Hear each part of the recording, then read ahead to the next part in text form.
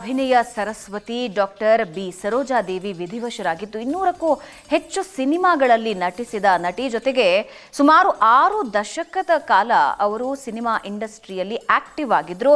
ಅದಕ್ಕಿಂತ ಹೆಚ್ಚಾಗಿ ಸುಮಾರು 30 ವರ್ಷದ ಕಾಲ ಅವರು ನಾಯಕ ನಟಿಯಾಗಿಯೇ ಅಭಿನಯಿಸಿದ್ದವರು. ಅಂದಿನ ಕಾಲದ ಮೊದಲ ಮಹಿಳಾ ಸೂಪರ್ ಸ್ಟಾರ್.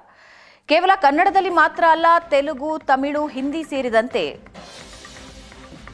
ಹಲವು ಭಾಷೆಗಳಲ್ಲಿ ನಾಯಕ ನಟಿಯಾಗಿ ಮಿಂಚಿದ್ದ ಬಹುಭಾಷಾ ನಟಿ.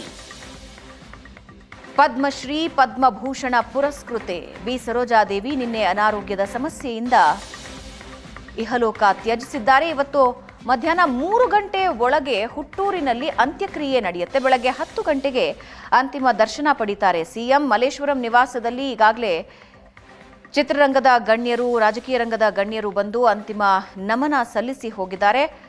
ಇವತ್ತು ಸಿಎಂ ಸಿದ್ದರಾಮಯ್ಯ ಅವರು ಅಂತಿಮ ದರ್ಶನಕ್ಕೆ ಬರ್ತಾರೆ. ಬೆಳಗ್ಗೆ 11 ಗಂಟೆವರೆಗೆ ಸಾರ್ವಜನಿಕರ ಅಂತಿಮ ದರ್ಶನಕ್ಕೆ ಅವಕಾಶ ಕೊಟ್ಟಿದ್ದಾರೆ. ಇನ್ನು ಹುಟ್ಟೂರು ಚನ್ನಪಟ್ಟಣದ ದಶಾವರದಲ್ಲಿ ಅಂತ್ಯಕ್ರಿಯೆ ನೆರವೇರುತ್ತೆ.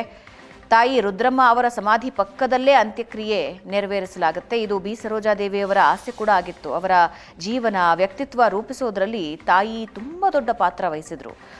ಹಾಗಾಗಿ ಅವರ ಪಕ್ಕದಲ್ಲಿಯೇ ಅಂತ್ಯಕ್ರಿಯೆ ನೆರವೇರಿಸಲಾಗ್ತಾ ಇದೆ.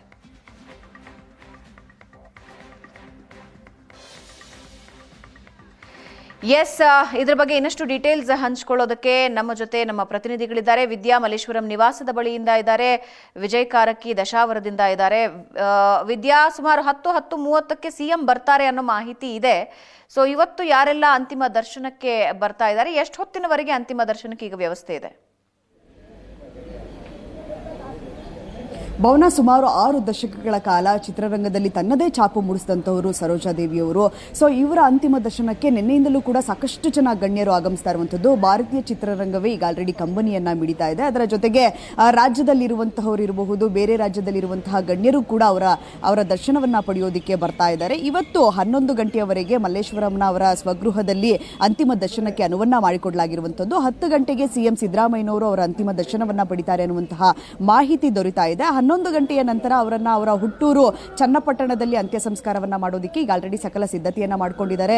ಚಿರಶಾಂತಿ ವಾಹನವನ್ನ ಕೂಡ ಈಗ ಆಲ್ರೆಡಿ ರೆಡಿ ಮಾಡ್ಕೊಂಡು ಇಟ್ಕೊಂಡಿರುವಂತದ್ದು. 11 ಗಂಟೆಯ ನಂತರ ಇಲ್ಲಿಂದ ನೇರವಾಗಿ ಚನ್ನಪಟ್ಟಣಕ್ಕೆ ಚಿರಶಾಂತಿ ವಾಹನದ ಮೂಲಕ ಅವರ ಮೃತದೇಹವನ್ನ ತೆಗೆದುಕೊಂಡು ಹೋಗಲಾಗುತ್ತೆ. ಮಧ್ಯಾಹ್ನ 3 ಗಂಟೆಯ ನಂತರ 3 ಗಂಟೆಯ ಒಳಗಾಗಿ ಅವರ ಅಂತ್ಯ ಸಂಸ್ಕಾರವನ್ನ ಮಾಡೋದಕ್ಕೆ ಈಗ ಆಲ್ರೆಡಿ ಸಕಲ ಸಿದ್ಧತೆಯನ್ನ ಮಾಡ್ಕೊಂಡಿದ್ದಾರೆ. ಇವತ್ತು ಕೂಡ ಸಾಕಷ್ಟು ಸಂಖ್ಯೆಯಲ್ಲಿ ಬಂದು ಅವರ ಅಂತಿಮ ದರ್ಶನವನ್ನ ಪಡೆಯೋದಕ್ಕೆ ಜನ ಕಾಯ್ತಾ ಇರುವಂತದ್ದು. ಬೆಳಗ್ಗಿನಿಂದಲೇ ಈಗ ಆಲ್ರೆಡಿ ಸಾಕಷ್ಟು ಸಾರ್ವಜನಿಕರು ಬಂದು ಅವರ ಅಂತಿಮ ದರ್ಶನವನ್ನ ಪಡಿತಾ ಇದ್ದಾರೆ. ಗಣ್ಯರು ಮತ್ತು ಸಿನಿಮಾ ರಂಗದ ತಾರೆಯರಿದ್ದಾರೆ, ಅವರು ಕೂಡ ಇವತ್ತು ಬಂದು ಅಂತಿಮ ದರ್ಶನವನ್ನ ಪಡೆಯುವಂತಹ ಸಾಧ್ಯತೆ ಇರುವಂತದ್ದು. ಇನ್ನು 3 ಗಂಟೆಯ ನಂತರ ಅವರು ಏನು ಅಂತ್ಯ ಸಂಸ್ಕಾರವನ್ನ ಮಾಡಬೇಕು ಅನ್ಕೊಂಡಿದ್ದಾರೆ, ಅಲ್ಲಿಗೆ ನೇರವಾಗಿ ಅಂತ್ಯ ಸಂಸ್ಕಾರಕ್ಕೆ ಮೃತದೇಹವನ್ನ ಇಲ್ಲಿಂದ ತೆಗೆದುಕೊಂಡು ಹೋಗ್ತಾರೆ. ಮಧ್ಯದಾರಿಯಲ್ಲಿ ಯಾರಾದರೂ ದರ್ಶನವನ್ನ ಪಡಿಬಹುದು, ಅವರ ಅಂತಿಮ ದರ್ಶನವನ್ನ ಪಡಿಬೇಕು ಅಂತ ಹೇಳಿದ್ರೆ ಮಧ್ಯದಲ್ಲಿ ಅನುವು ಮಾಡಿಕೊಡುವಂತಹ ಸಾಧ್ಯತೆ ಇರುವಂತದ್ದು. ಅದರ ಜೊತೆಗೆ ಅಲ್ಲಿಗೆ ತಲುಪುವಂತಹ ಸಂದರ್ಭದಲ್ಲಿ ಯಾರಾದರೂ ಮಧ್ಯದಲ್ಲಿ ನಿಂತು ಅವರಿಗೆ ನಮನವನ್ನ ಸಲ್ಲಿಸುವಂತಹ ಸಾಧ್ಯತೆ ಕೂಡ ಇರುವಂತದ್ದು.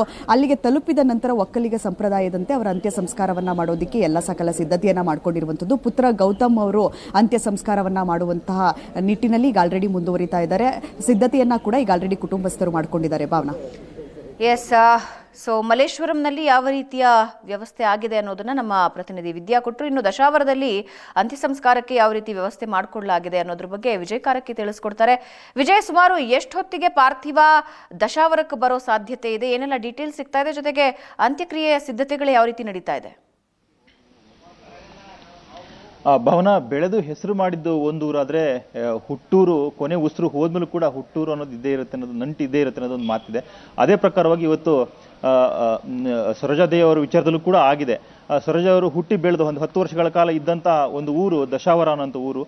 ಈ ಊರಲ್ಲಿ ಅವರ ಅಂತ್ಯ ಸಂಸ್ಕಾರ ಆಗಬೇಕು ಅನ್ನೋಂಥದ್ದು ಅವರ ಆಸೆ ಆಗಿತ್ತಂತೆ. ಹಾಗಾಗಿ ಅವರ ತಾಯಿಯ ಸಮಾಧಿ ಪಕ್ಕದಲ್ಲಿ ಅವರ ಅಂತ್ಯ ಸಂಸ್ಕಾರ ಮಾಡೋದಕ್ಕೆ ಸಿದ್ಧತೆ ಮಾಡ್ಕೊಂಡಿದ್ದಾರೆ. ನಾನು ಇವತ್ತು ಆ ದಶಾವರ ಗ್ರಾಮದಲ್ಲಿ ಇದ್ದೇನೆ. ಯಾವ ಥರ ಸಿದ್ಧತೆ ಮಾಡ್ಕೊಂಡಿದ್ದೀರಿ ಗ್ರಾಮಸ್ಥರು ಅಂತ ನಿಮ್ಗೆ ತೋರಿಸ್ತಾ ಹೋಗ್ತೀನಿ. ಮೊದಲಿಗೆ ಅವ್ರು ಇದ್ದಂಥ ಮನೆ, ಅಂದರೆ ಅವರು ಹುಟ್ಟಿ ಬೆಳೆದಂತಹ ಮನೆ ಇದು. ಈ ಮನೆಯಲ್ಲಿ ಅವರು ಒಂದು 10 ವರ್ಷಗಳ ಕಾಲ, ಅಂದರೆ ಬಿಗಿನಿಂಗ್ ಡೇಸ್ ಏನಿತ್ತು, ಅವರು ಹುಟ್ಟಿ ಬೆಳೆದಂಥ ಮನೆ ಏನಿತ್ತು, ಇಲ್ಲಿ ಅವರು ತಂದೆ ತಾಯಿ ಜೊತೆಗೆ ಇಲ್ಲಿ ವಾಸವಾಗಿದ್ರು ಅಂತ ಹೇಳಿ ಹೇಳ್ತಾರೆ. ಜೊತೆಗೆ ಅವ್ರು ಈ ಮನೆಯ ಜವಾಬ್ದಾರಿ ತೆಗೆದುಕೊಂಡಿದ್ದು ಸುಮಾರು ಒಂದು 3 ತಿಂಗಳು 6 ತಿಂಗಳು ಅಥವಾ ವರ್ಷಕ್ಕೆ 5-6 ಬಾರಿ ಈ ಒಂದು ಗ್ರಾಮಕ್ಕೆ ಬಂದು ಹೋಗ್ತಾ ಇದ್ರು.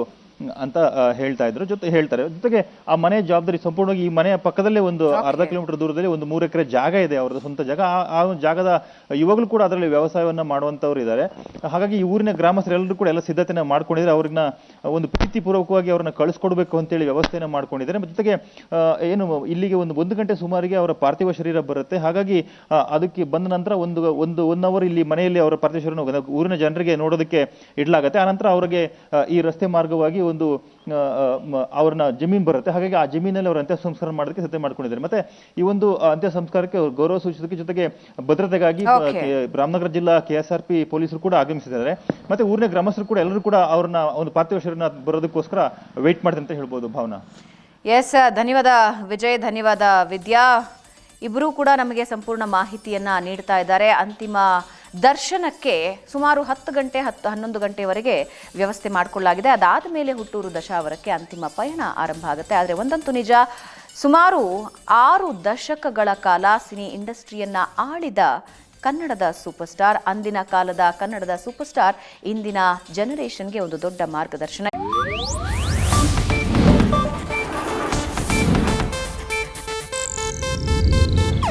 ಇದು ಏಷ್ಯಾನೆಟ್ ನ್ಯೂಸ್ ನೆಟ್ವರ್ಕ್ ಪ್ರಸ್ತುತಿ.